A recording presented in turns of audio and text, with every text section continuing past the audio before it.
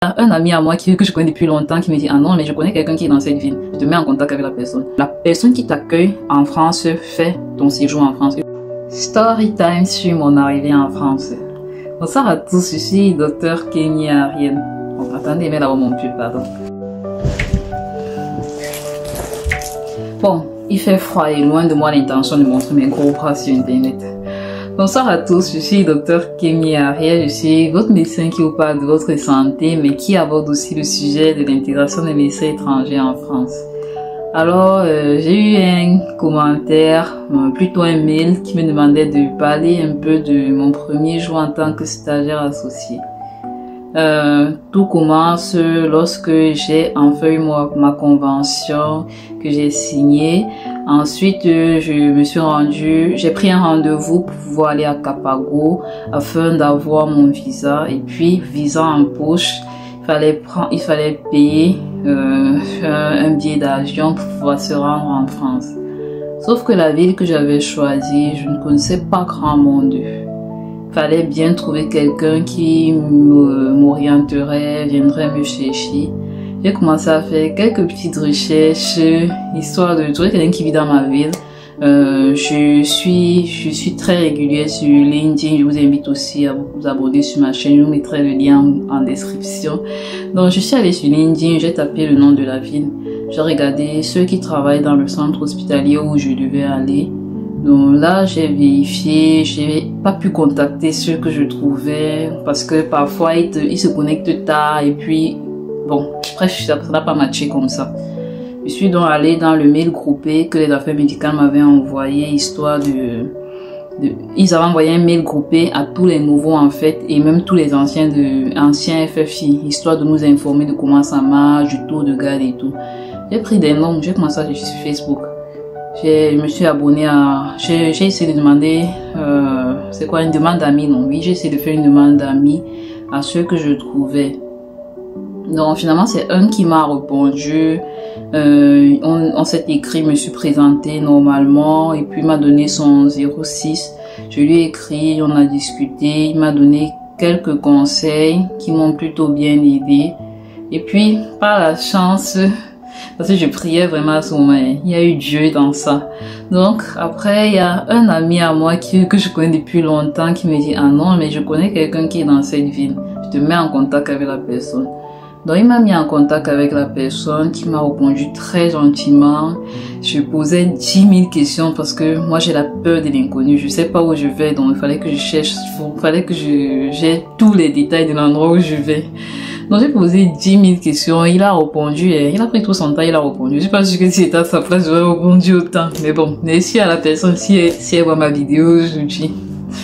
Donc il m'a répondu gentiment, et puis il m'a demandé quand j'arrivais. Je lui ai dit que je venais, je crois que c'était un mardi que je devais arriver. Donc je lui ai dit que j'arrive le mardi. Il m'a dit bon, il n'y a pas de problème, je descends de garde, donc je viens te chercher.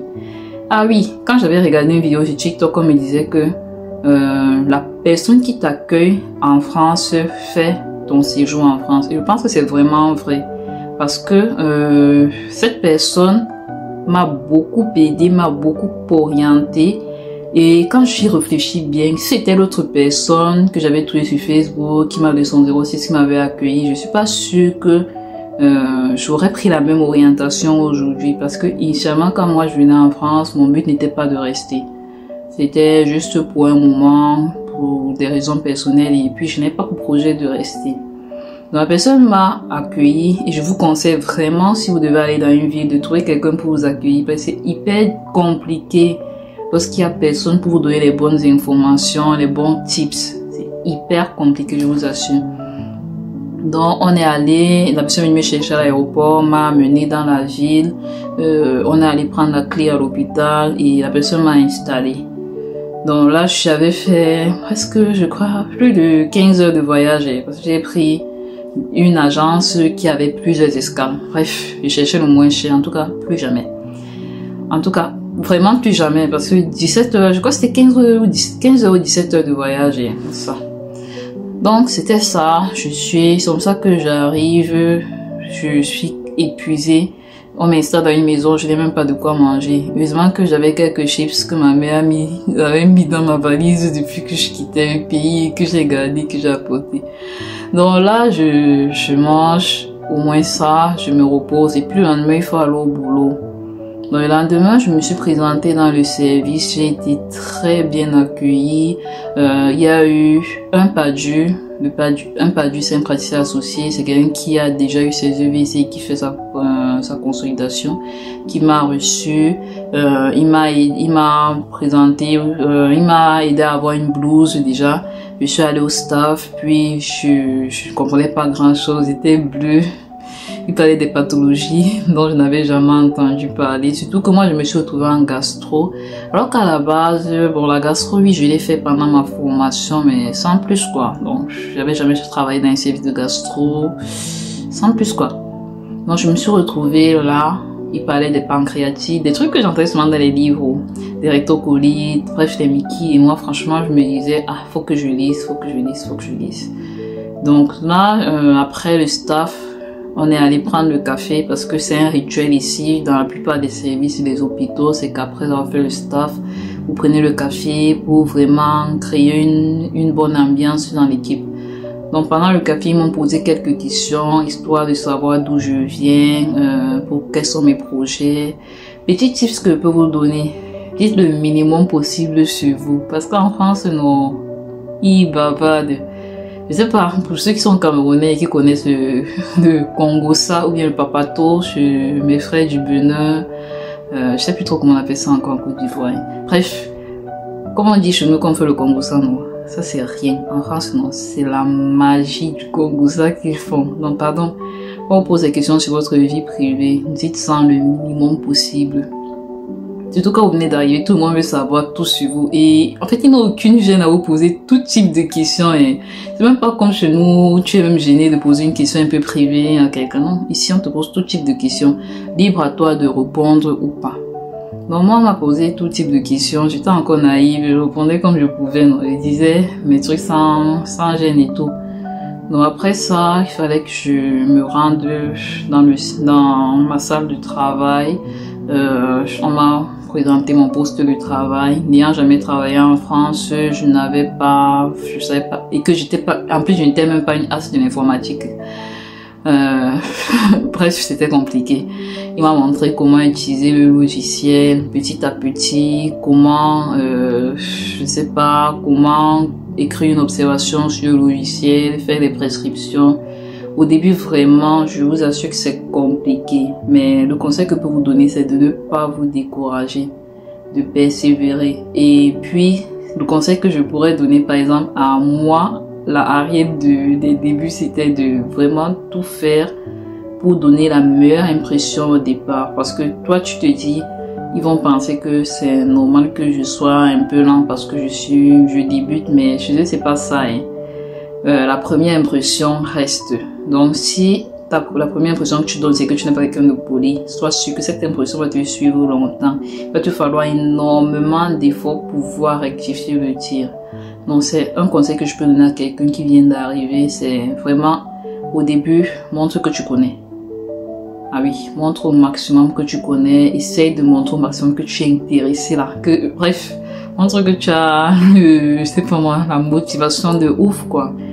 Donc c'était un peu ça mon premier jour. On m'a surtout montré comment le logiciel marche. J'ai suivi le praticien associé pour voir comment on fait la visite, comment on parle aux patients, parce que la manière de parler aux patients, ce n'est pas comme chez nous. Les patients ici, ils en demandent beaucoup, ils sont la plupart du temps instruits, donc ils cherchent à connaître le maximum sur leur pathologie. Donc c'est ça. Donc après avoir fait ça, il m'a un peu présenté les autres services, on s'est un peu baladé, il m'a montré les affaires médicales parce qu'il fallait que je fasse d'autres formalités afin d'être vraiment à jour sur tous les points et de pouvoir travailler tranquillement. On a contacté une banque parce que quand on vient d'arriver, il faut vraiment courir déjà pour avoir ce qu'on appelle un RIP. C'est un numéro bancaire en fait, parce que si vous voulez avoir votre argent, c'est sur un compte bancaire qu'on vous l'envoie. Donc il fallait que j'appelle les différentes